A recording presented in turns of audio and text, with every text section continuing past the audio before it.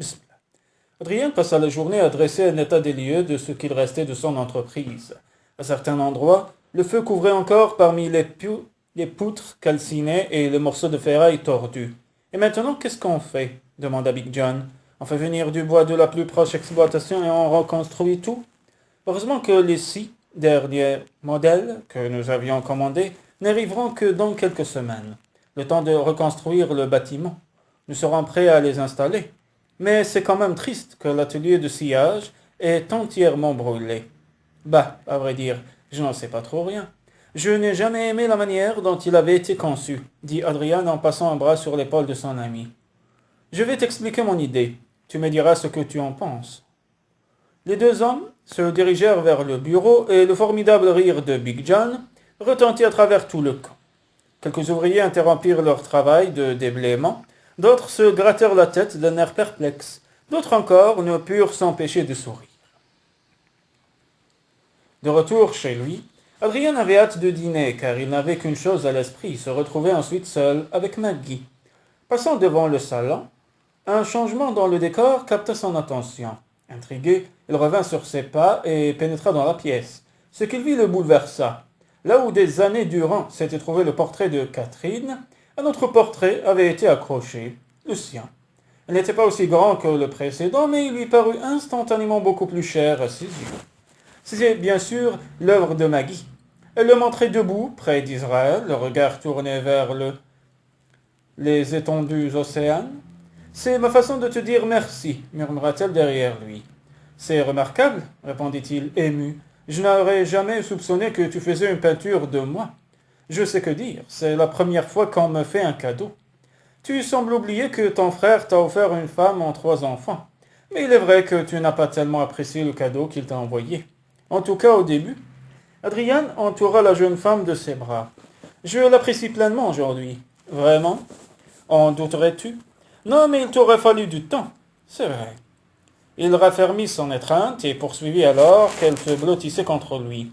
Pour un peu, je te perdais, quand je pense que les enfants et toi avaient failli prendre ce bateau. J'étais prêt à jurer que je ne le prendrais pas, mais il fallait bien que je trouve un moyen de te décider. Il se recula pour la dévisager. Vraiment? Oui. Pour me faire partir, il aurait fallu que ce soit toi qui me fasses monter à bord de ce bateau. Et je savais que tu ne le ferais pas. Ah non? Et pourquoi? Elle plongea dans le bleu de son regard.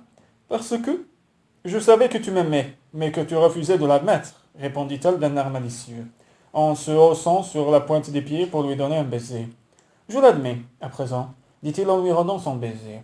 Oui, et je ferai en sorte que tu ne l'oublies jamais. Des cris d'enfants accompagnés de bruits de pas résonnèrent dans le hall d'entrée.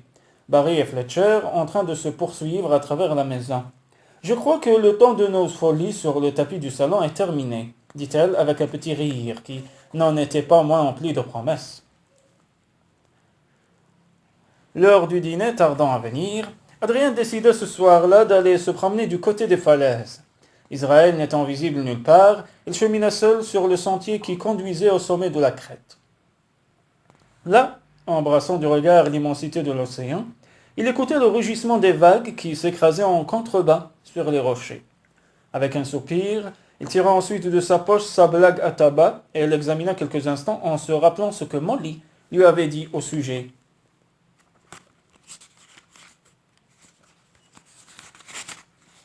Des hommes et leur répugnante habitude de chiquer. Faisant un pas en arrière, il prit son élan et lança sa blague à tabac dans l'océan. Les mains dans les poches, il fixa l'horizon puis poursuivit sa promenade. Un bruit attira son attention et le fit se retourner en croyant voir apparaître Israël. C'était Ainsley. Ce n'est pas un endroit pour toi, lui dit-il une fois encore. C'est dangereux par ici. Retourne à la maison. Ils restèrent ainsi face à s'affronter du regard, sans que la fillette parût le moins du monde disposée à obéir. Retourne à la maison, répéta Adrien tout aussi obstinément. Décidé à ne pas s'en laisser imposer, il reprit sa route, mais la curiosité l'emportant, il se retourna au bout de quelques minutes. Ainsley était toujours là. Alors il sentit la colère monter en lui, quand bien même cette chipie aurait hérité du caractère de sa mère, elle devait apprendre à obéir. C'est la dernière fois que je te le dis. Retourne à la maison, gronda-t-il. Mais cela ne servait à rien. 50 pas plus loin, sans même prendre la peine de regarder derrière lui, il comprit que la fillette l'avait suivi. Avec un soupir, Il pivota. Elle portait une robe de velours bleu et des bottines à lacets qui lui donnaient des airs de petite fille modèle. Pourtant, c'était surtout le visage qui retenait l'attention, un visage dont les yeux exprimaient une maturité qu'un enfant de 10 ans n'aurait pas eu à voir. Or, Ainsley n'en avait pas même 6. Quelle étrange fillette, songea-t-il, avec ses silences et ses regards intenses qui en disent davantage qu'un long discours. Je croyais t'avoir dit de rentrer. N'obéis-tu donc jamais? Il hésitait à poursuivre sa route et descendre vers la plage, quand la fillette murmura « Je veux venir avec vous ». Le cœur battant, Adrien demeura un long moment immobile, à observer cet enfant au visage de chérubin et à la prunelle d'un bleu intense. « Alors viens ». Il tourna le dos à Ainsley et commença à descendre le sentier. L'instant d'après, il sentit la main de la fillette se glisser dans la sienne. Adrien s'arrêta, échangea avec elle un regard, puis ils reprirent leur route, main dans la main.